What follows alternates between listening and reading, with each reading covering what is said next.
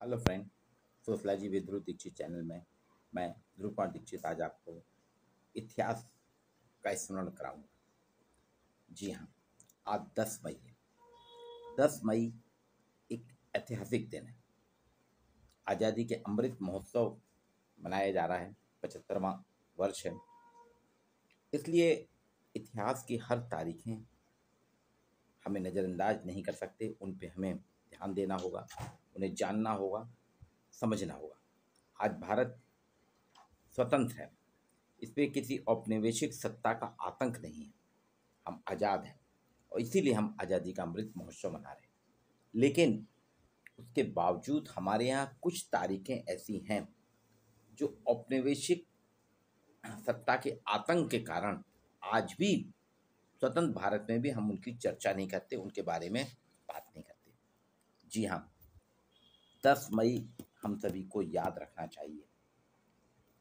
ये वह दिन है, कहा जाता ना 1857 में हमारे यहाँ के इतिहासकारों अंग्रेजों ने इसको गदर कहा, लेकिन आज़ादी के परवानों ने इसे स्वतंत्रता की पहली लड़ाई कहा है। तो 1857 में 10 मई के दिन ही 10 मई 1857 में मेरठ के सैनिकों ने अंग्रेजों के अत्याचार के विरुद्ध बगावत करी और अपने साथियों को छुड़ा लिया था जेल से। इसमें गांव वालों भी, मेरठ के आसपास की गांव वालों की मदद से सैनिकों ने अंग्रेजों से, अधिकारियों से प्रतिशोध लेकर शाम को दिल्ली की ओर कूच कर दिया था। ये ऐतिहासिक दिन है, लेकिन ये आपको इतिहास में बहुत कम इसकी चर्चा होती है। और दिल्ली पहुंचकर इन्होंने बहादुर शाह जफर को अपना बादशाह बताते हुए दिल्ली को आज़ाद घोषित किया था। जी हाँ, 10 मई 1857 को दिल्ली को आज़ाद घोषित किया था।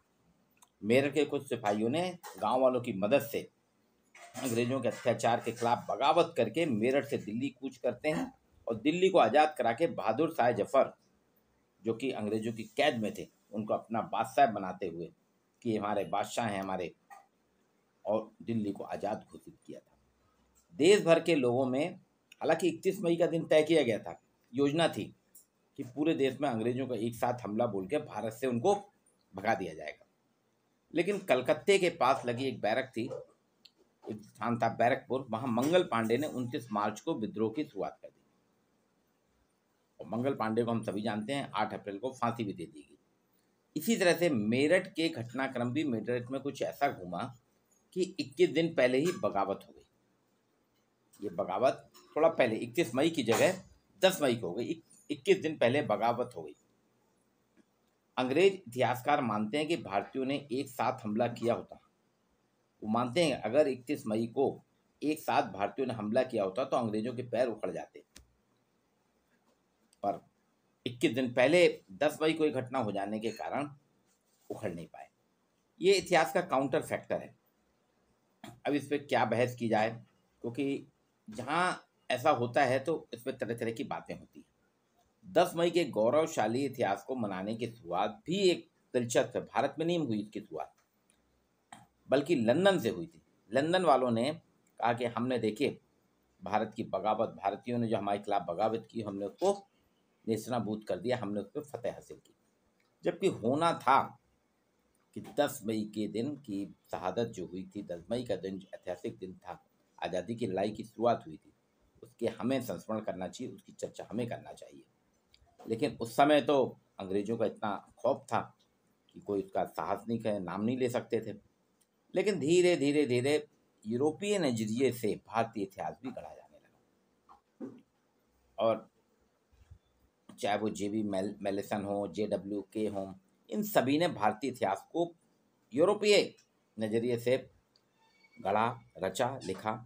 और आज़ादी के बाद भी हमारे यहाँ के जो इतिहासकार थे उन्होंने इसको उसी नज़रिए से रखा, उसी तरह से देखा और इसमें कहीं भी बदलाव नहीं किया।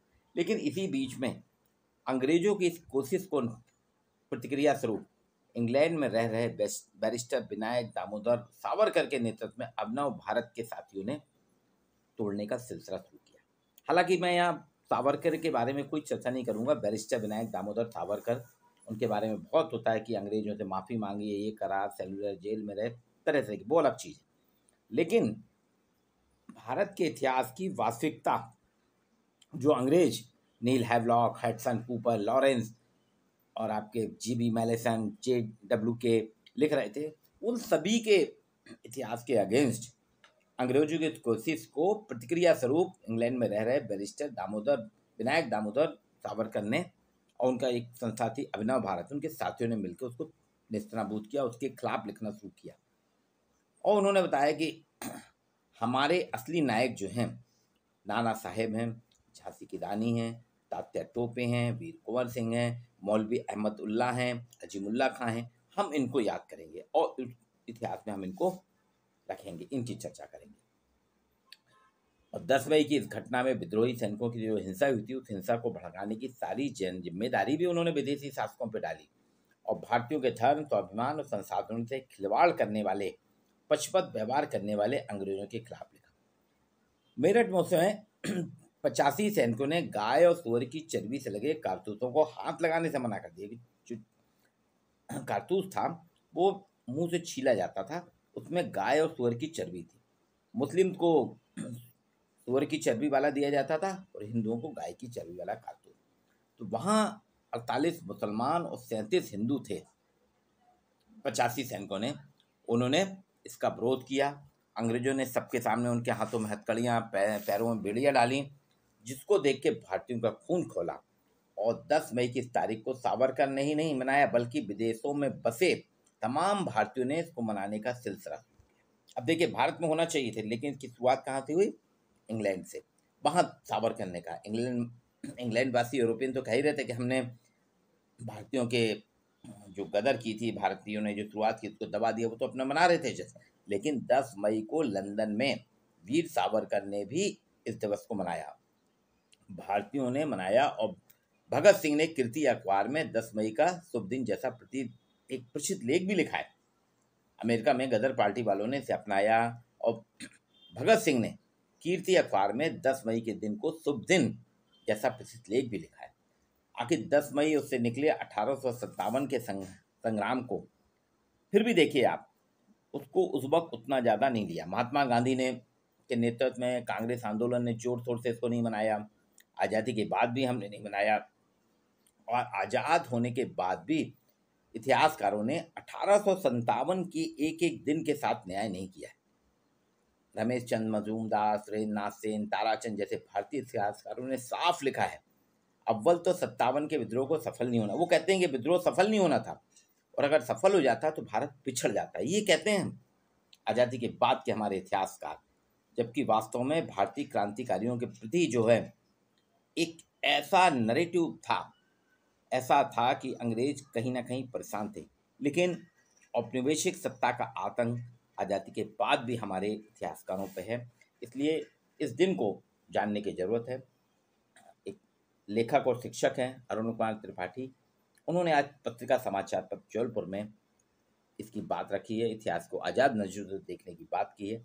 वास्तव में 1857 का एक एक दिन हम भारतीयों के लिए अविस्मरणीय है, यादगार है। इसको हमको मनाना चाहिए, क्योंकि यहीं से कहीं ना कहीं राष्ट्रवाद की नींव हुई थी, अंग्रेजों के खिलाफ विद्रोह की शुरुआत हुई थी।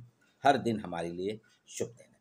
आज सोशलाजी ध्रुव दीक्षित के साथ में 10 मई 1857 की शुरुआत जो हुई थी आज़ादी की, उसके बारे में चर्चा करता हूँ। मेरठ में जो सैनिकों के अत्याचार की उसकी कहानी की चर्चा है। इसे आप देखें, पढ़ें, मेरे चैनल को लाइक करें, इसे सब्सक्राइब करें। अधिक से अधिक आपको जानकारियाँ इसी प्रकार की मिलेंगी। आज